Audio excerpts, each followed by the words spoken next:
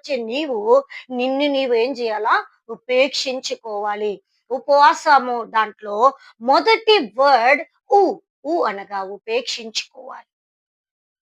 ప నెక్స్ట్ తర్వాత ప. అంటే పరిశుద్ధత కలిగి మనం దేవుని సన్నిధిలోనికి రావాలి. మన ప్రార్థన, ఉపవాసం ఉండి ప్రార్థించే ప్రార్థన దేవుని సన్నిధికి వెళ్ళాలంటే పరిశుద్ధత కలిగి మనం దేవుని సన్నిధిలో మోకరించాలి. ఎట్లంటే అట్లా మనం ఉపవాసం ఉండి ప్రార్థన చేస్తే దేవుడు వినడు. దేవుడు అంటున్నాడు, మీరు ఇకనైనా ఉపవాసం ఉండి. ఎలా ఉండాలి నువ్వు ఉపవాసము? ఉపేక్షించుకో. రెండవది అంటే పరిశుద్ధత కలిగిన సన్నిధిలోనికి రా. పరిశుద్ధ అలంకారములు ధరించుకొని రండి అంటాడు. మనం పరిశుద్ధంగా దేవుని సన్నిధిలోనికి రావాలి. పరిశుద్ధత లేకుండా మనం దేవుణ్ణి చూడలేం.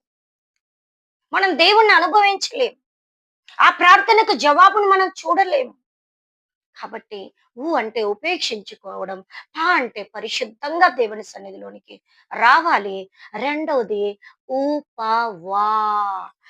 అంటే వాక్యాన్ని మనము ధ్యానించుతూ దేవుని సన్నిధిలో ఉపవాసం ఉండి ప్రార్థన చేయాలి. ఏదో ఉపవాసం ఉన్నామని చెప్పి మన సొంత పనులు మనం చేసుకుంటూ పోయేది ఉపవాస ప్రార్థన కాదు. వాక్యాన్ని ధ్యానించాలి దేవుని సన్నిధిలో కూర్చొని. మా వాక్యాన్ని చదవాలి. ఆ వాక్యం మనకి ఏమి నేర్పిస్తుందో దాన్ని మనము ఒక్కొక్కటిగా ధ్యానించాలి.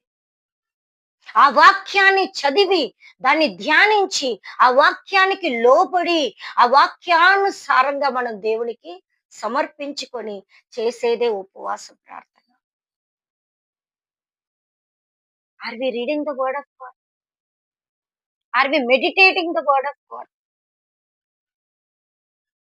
దేవుని సన్నిధిలో వాక్యాన్ని ధ్యానిస్తూ మనం ఉపవాస ప్రార్థన చేయాలి. మరలా చెప్తున్నాను, అంటే ఉపేక్షించుకోవడం, అంటే పరిశుద్ధత కలిగి, అంటే వాక్యాన్ని ధ్యానిస్తూ వాక్యానికి మనల్ని మనం సమర్పించుకోవాలి.